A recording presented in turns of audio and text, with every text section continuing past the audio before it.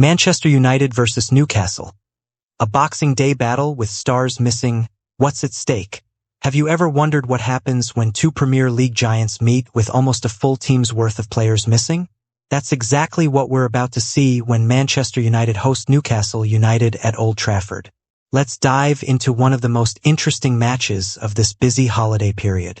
Why this match matters more than ever. The story at Old Trafford isn't pretty right now.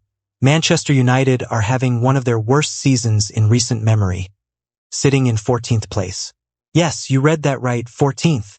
For a club that used to compete for titles, this is nothing short of a crisis. Their new manager, Ruben Amorim, has already lost 5 of his first 10 games. Want to know how bad that is? You'd have to go back to 1932 to find a United manager who started worse. But here's where it gets interesting. Newcastle are flying high, winning their last 3 games without even letting in a goal. They've scored 11 times in these matches, including an impressive win over Aston Villa. Talk about teams heading in opposite directions. The big question: who's missing and why it matters? Let's break down the missing players because this is where the game might be won or lost. Manchester United's missing stars. 1. Bruno Fernandes. Their captain and creative spark is out because of suspension. 2. Manuel Ugarte, another key midfielder suspended. 3. Mason Mount injured again.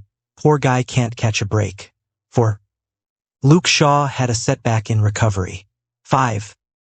Victor Lindelof picked up an injury in the Tottenham game. Newcastle's injury list. 1. Callum Wilson out with a hamstring problem. 2. Nick Pope, still recovering from a knee injury. 3. Jamal Lascelles, long-term knee injury. 4. Emil Croft, almost back but not quite ready. 5. Sven Botman, still dealing with knee troubles. 6. Tino Livramento might miss out due to illness. Can you believe that's 11 players in total? It's almost enough to make a whole team. The history books tell an interesting story. Here's something that might give United fans hope. Their home record against Newcastle is amazing. Would you believe they've only lost once in their last 39 league games against Newcastle at Old Trafford? That's 28 wins and 10 draws. But wait, there's a twist. Newcastle have actually won 2 of the last 3 league meetings between these teams. Times might be changing, and the past might not matter as much as current form. The Gordon factor. Speaking of current form, keep your eyes on Anthony Gordon. He's been on fire lately and scored a beautiful goal against Aston Villa. Here's something cool. If he scores against United, he'll be the first Newcastle player ever to score in 3 straight Premier League games against Manchester United.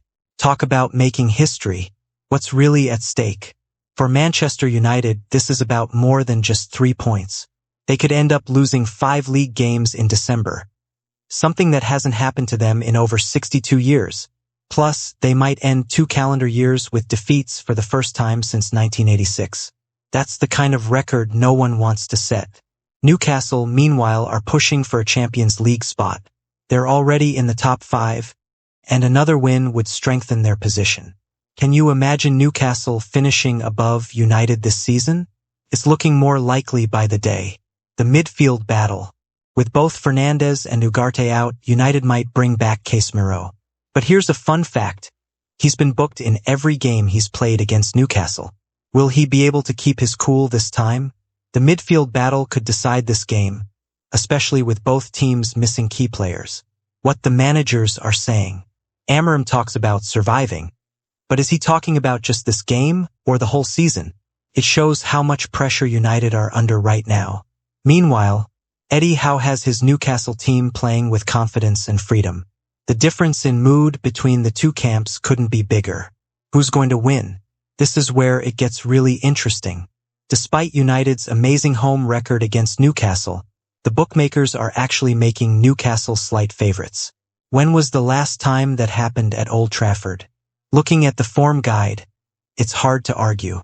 Newcastle have won their last 3 games without conceding a goal. United have lost 4 of their last 5. But football isn't always logical, is it? What to watch for? 1. Will United's home advantage matter against an informed Newcastle? 2. Can United cope without Bruno Fernandes' creativity? 3. Will Anthony Gordon get his historic goal? 4. How will both teams handle the quick turnaround from their Boxing Day games? 5. Could this be the game that turns United's season around? A final thought. This match is more than just another Premier League game.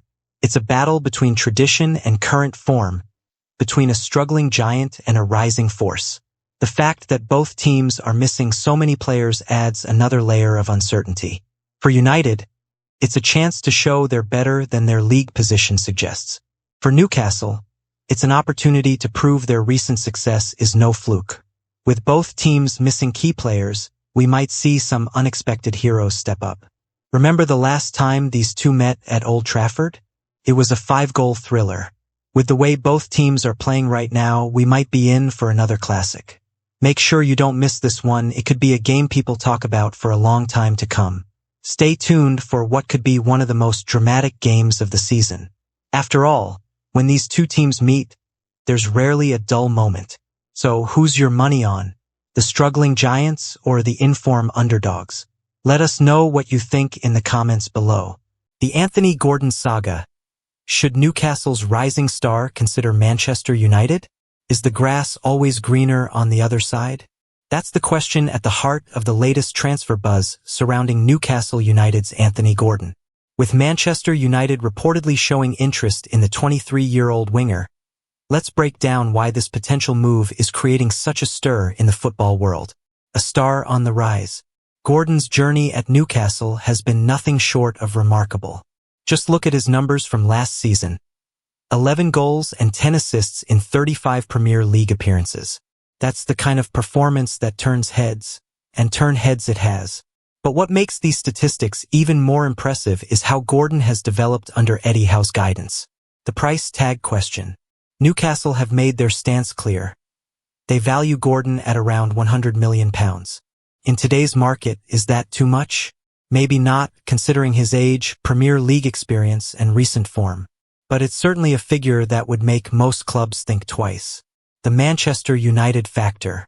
Why would Manchester United be interested? Well, with rumors swirling about Antony potentially going out on loan, they're in the market for a winger. Louis Saha, who played for both clubs, has drawn an interesting comparison between Gordon and current United star Alejandro Garnacho. Both bring that exciting mix of energy, confidence, and drive that can light up Old Trafford. But here's the catch. Saha makes a compelling point about timing. Gordon has only been at St. James Park for 18 months, and jumping ship now might not be the wisest career move. As Saha puts it, it's not a good thing to move around different clubs frequently. He's got a point, hasn't he? Newcastle's perspective. Newcastle find themselves in an interesting position. They're already dealing with interest in Alexander Isak and fighting off Manchester City's reported £80 million approach for Bruno Guimaraes. Losing Gordon on top of potentially losing Guimaraes? That would be a tough pill to swallow for the Magpies. The bigger picture. What's really fascinating here is how this situation reflects the changing dynamics in English football. Newcastle, once seen as a selling club, are now in a position to demand £100 million for a player and potentially turn down approaches from traditional powerhouses like Manchester United. Looking ahead, the question isn't just about whether Gordon should move to Manchester United. It's about what's best for his development. Under Eddie Howe, he's blossomed into one of the Premier League's most exciting wingers. Would a move to a currently struggling United side be the right step? Why staying put makes sense. 1. He's already at a club on the up. 2. Regular playing time is guaranteed. 3. He's working under a manager who clearly knows how to get the best out of him. 4. Newcastle's project is looking increasingly promising. 5. At 23, there's no rush to make a big move. A future star in the making. Whether Gordon stays at Newcastle or eventually moves on, one thing's clear. We're watching the development of a player who could become one of the Premier League's best wingers. His trajectory under Howe suggests the best is yet to come. What's your take? Would Gordon be making a mistake by considering a move to Manchester United? Or is the allure of Old Trafford still too strong to resist?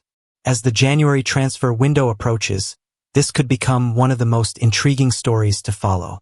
For now, Newcastle fans can rest easy knowing they have a £100 million price tag protecting their rising star.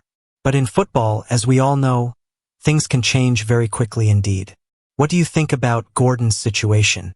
Should he stay at Newcastle and continue his development? Or is it time for a new challenge at Old Trafford?